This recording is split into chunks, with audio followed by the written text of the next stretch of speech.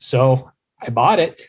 That's right. So the listing that I showed the last time, they were asking $2,000. It was on Facebook. I went down there and there were a couple issues with it. But before we get into that, let's talk about the actual vehicle itself. It is a 2006, has 155,000-ish miles. And I don't know, I think it's pretty nice. So I ended up picking it up for $1,100. It would like kind of go into reverse and then not go into reverse. And like, it's just the transmission was going into limp mode, which is a big problem because we were 3.5 hours from home and I took a truck down with a buddy. We were going to take a car hauler, but we're all like, you know what? If it drives, great. If not, we'll go ahead and my in-laws live not too far away from there. So we'll just hook up some tow straps to it and we'll just tow it over to your in-laws house and figure out a way to get it back, another way.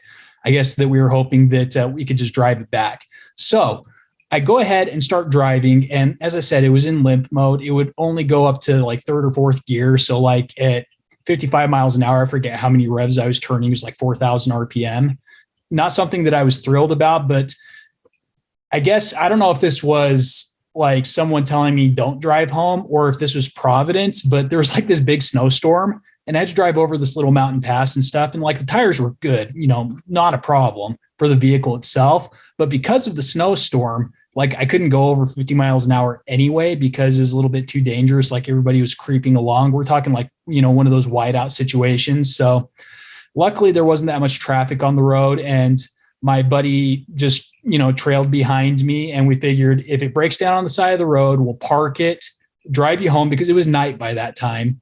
And we will go home and sleep good, come back the next day with a car dolly or something or a car hauler and we'll pick it up and bring it home. But we would have to rent that. So to avoid that expense and the extra gas and everything, we were kind of rolling the dice and gambling a little bit. Anyways, I eventually got home and it was great to be home after that long, uncomfortable ride because when I do the walkthrough, I'll show you. But I'm a tall guy, I'm 6'2", and the seat would not go back. Like it would move forward. So I inched it forward a little bit and I tried to go back. I'm like, oh crap. So I was like cramped up with my knees jammed into the bottom of the dashboard. Anyways, irrelevant details. Let's go ahead and jump into a walkthrough. All right, there she is. Looks like we made it back just fine. Let's take a look, just a quick walk around. Not too thrilled about these wheels and tires. They're 20-inch no-name wheels. It does look like they either have a hub ring or they're hub-centric. Looks like they might be a little bit off, even though you can't tell. A little bit big. New air suspension, which is super nice. Good tread on the tires, but since I want to do this off-road, that could be a problem. Let's see now. On this trim, I'm not sure what to do. It's faded, sun faded. Maybe I'll refinish it. I don't know. There's some scratches. I'm not thrilled about the black. Those chrome caps on the side mirrors are not my favorite.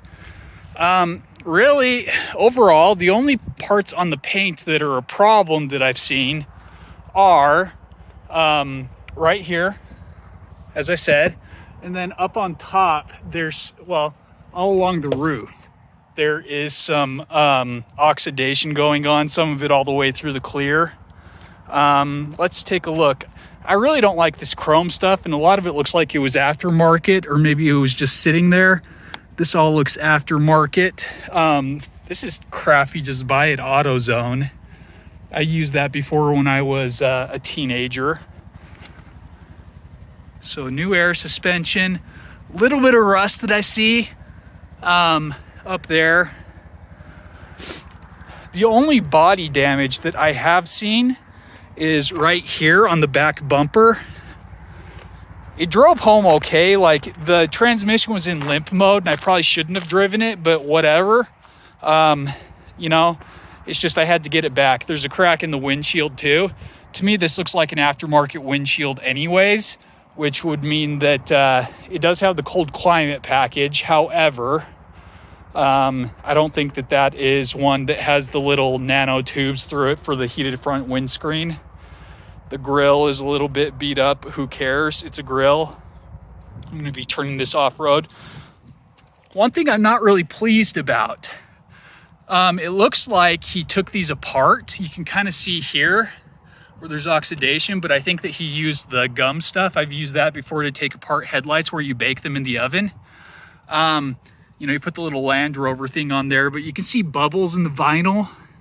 So I'll probably end up having to pull those apart because I'm going to want as much light as possible. Like, look how he painted. You can't really see. Maybe this side will have better view into it.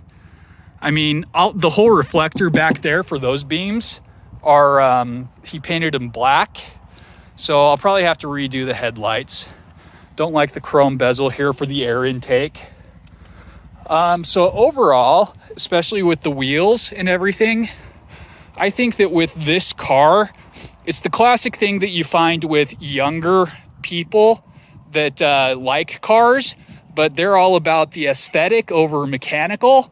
I mean, yes, it has new air suspension, but as soon as it started having problems, instead of researching, he just wanted to get rid of it ASAP. And that's cool. I respect that. You know, he bought a new car and needed to get rid of this one. Let's look inside. A little bit of cracking. I've done one or two things here. You can see that I have a brake switch back there. I anticipated needing it, so I swapped it out. Some rips there. It is missing the armrest. You know, black is not my favorite. I really don't like black on black. It's all dirty back here, but that will clean up. Those are not scratches, that's dirt. Really pleased overall. It does have the refrigerator. Hey, I forgot that I put that in there. It does have a refrigerated center console. It does have the cracks in the dash that every single LR3 will end up with. But yeah, overall, I'm pretty pleased. So I feel like I got a good deal. The guy wanted to get rid of it. He accepted my offer, and that's awesome. So doing a closer inspection, it's going to be hard to see down here underneath the seat. I do see evidence, mostly prompted by this cable. Let's see now. Ooh, monster. That's big time right there. Let's see if we can get it to focus. I do see evidence of there having been a stereo system installed. Again, a lot of times, I mean, I'm all for people learning and making mistakes. That's awesome. That's fine. Totally get it. But when you are all about the system and, oh, dude, it's got a sweet system, all that stuff. Oh, wow, I didn't notice that was ripped. I can repair that. Anyways, when you are focused all the time on a stereo system and learning how to do that stuff yourself, you're going to have bad grounds. And I'm worried that some of the issues might have to do with bad chassis grounds. So that's just speculation. I haven't done it. Oh, look. Looks like we're missing some of the plastic surrounding on the seat belts. That's okay. Salvage yard, or we can find it somewhere anyways. Engine bay looks okay. We're going to do a full fluid swap, so inspecting everything around here. Let's just see. I'll look into that green cable. I'm not quite sure what that is. Whenever I see a color like that in an engine bay where everything is black, I get worried. I wonder what's back there. I don't see anything coming off the battery terminals though, which is a good sign. We'll inspect all this and get into all of it and try to figure what's going on when we pull everything apart. So still not concerned at this point. The engine runs good. It's just got some faults that I suspect are electrical in nature. That's my initial walk around, and I am really looking forward to it. The project in general, I've divided it up into several stages. The first one I'm calling R&R, where I want it to be right and I want it to be reliable. So that's just going to entail fixing anything that is broken, completing repairs. That might entail some rust repair. You can see in the background that I have it up on jack stands, and I looked at the frame and there are some rust spots that I'm going to fix. No DTCs, no faults. I want everything running. I want it to be reliable. So by the end of stage one, the whole point is to have it ready. Hopefully we get there. Then as we move on, we're going to start buying some more accessories for it. We'll make it into a family adventure rig. So that'll probably entail like having some more roof rack options. You can see I already bought some crossbars. I have the first one mounted up there, and just making it ready so that we can take it places and have a lot of fun and utilize the vehicle as it was intended.